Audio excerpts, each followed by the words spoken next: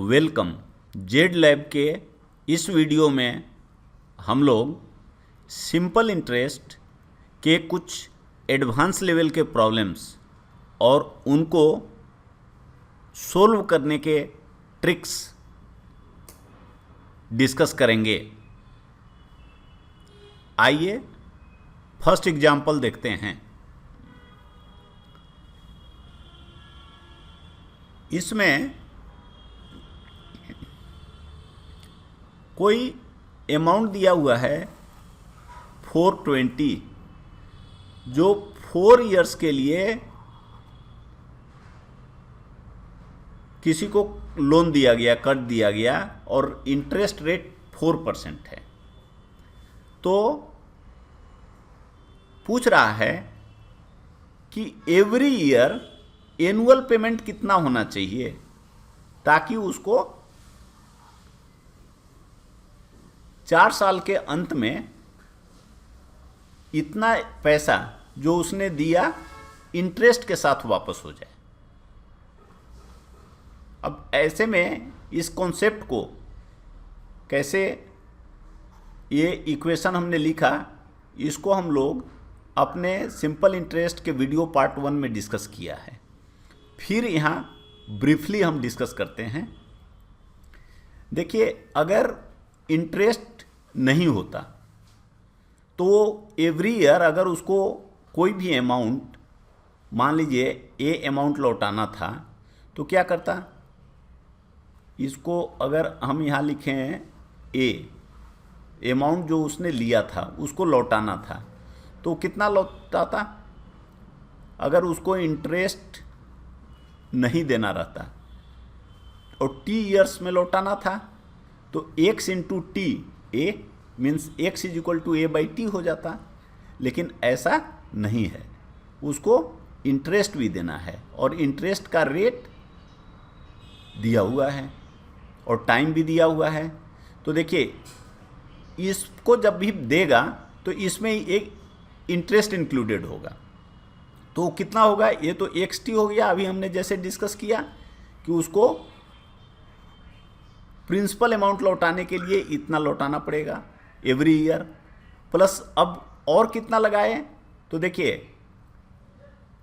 X जो ए x है, जो अमाउंट एनुअल पेमेंट है, वो एक्स इंटू आर बाई 100, चूँकि हम लोग परसेंटेज में आर को लिखते हैं, इंटू टी होता है, टाइम कितना लिया जाए। अब ए टाइम वहाँ नहीं ले सकते हैं। क्यों? क्योंकि देखिए, जब भी आप लोन लेते हैं, कोई हाउस लोन लेता है या कोई भी लोन लेता है, तो मान लीजिए कि कोई 20 ईयर के लिए लोन लेता है, तो 1 साल के अंत में जब वो पे करता है पहला ईएमआई, मान लीजिए अगर वो उसको ईयरली पे करना है, तो कितना समय बचा हुआ है, 20 में 1 साल निकल गया तो 19 ईयर। तो उसको लोन जो पे करना होगा, इंटरेस्ट पे करना होगा 19 साल का। दूसरा बार दूसरे साल के अंत में 18 ईयर्स के लिए, तीसरे साल के 17 के लिए, ऐसे करते करते अंत में उसको 1 साल के लिए पे करना होता है। तो इस तरह से टी जो है 1 से लेके और 19 तक वेरी करेगा, जबकि समय 20 ईयर्स है। तो अगर मान लीजिए, कहने का मतलब है कि कोई अगर टी ईयर्स है तो जो समय है वो आपका वहाँ वेरी करेगा 1 से लेके और टी माइनस 1 तक। अब ये क्या होता है, देखिए 1 प्लस 2 प्लस, इस तरह से जब करके आप t माइनस 1 तक निकालते हैं, क्योंकि वो पूरे अमाउंट ऐड होते जाएगा, तभी वो आपको a फाइनल निकलेगा। तो यह जो होता है इसको कहते हैं AP, और इसका जो सम होता है वह होता है t इंटू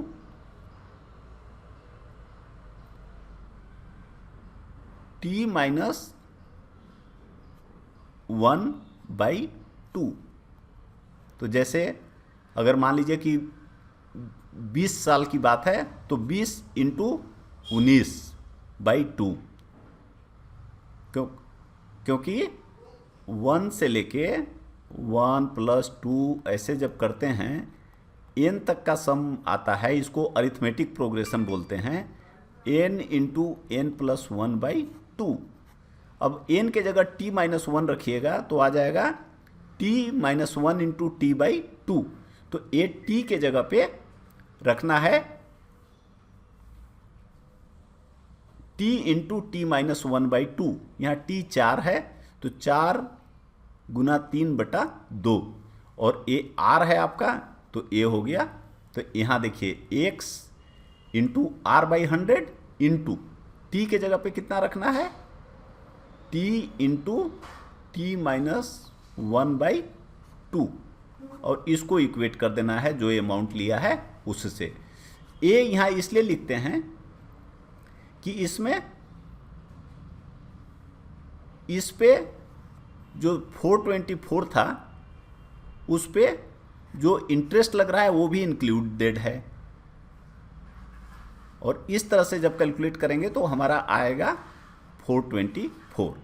अब इसको x को कॉमन ले लीजिए और सब्स्टिट्यूट करिए। t के जगह पे देखिए 4 है, और अब t इंटू t-1/2 तो 4 इंटू 3/2 हो गया, और r के जगह पे 4/100 है।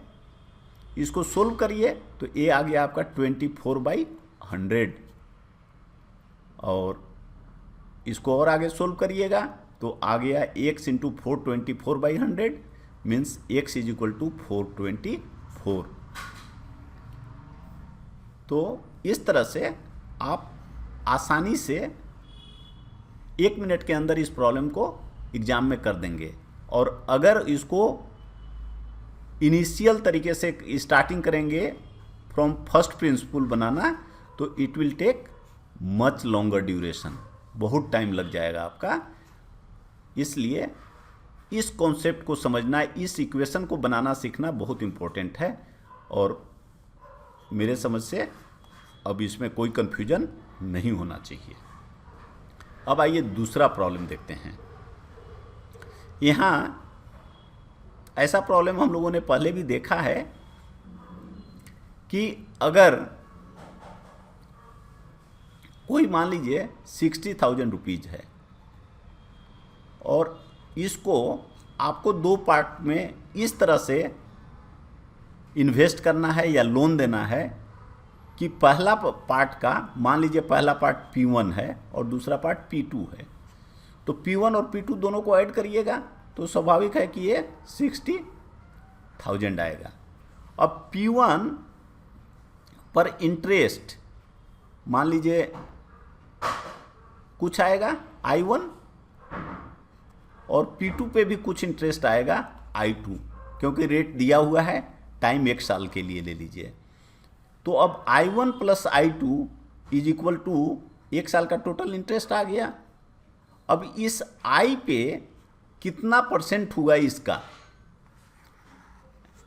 ये आपका एवरेज इंटरेस्ट रेट दिया, क्योंकि आपने तो 2 पार्ट में करके इसको लगाया है, अलग अलग इस पे इंटरेस्ट R1 है और इस पे इंटरेस्ट R2 है।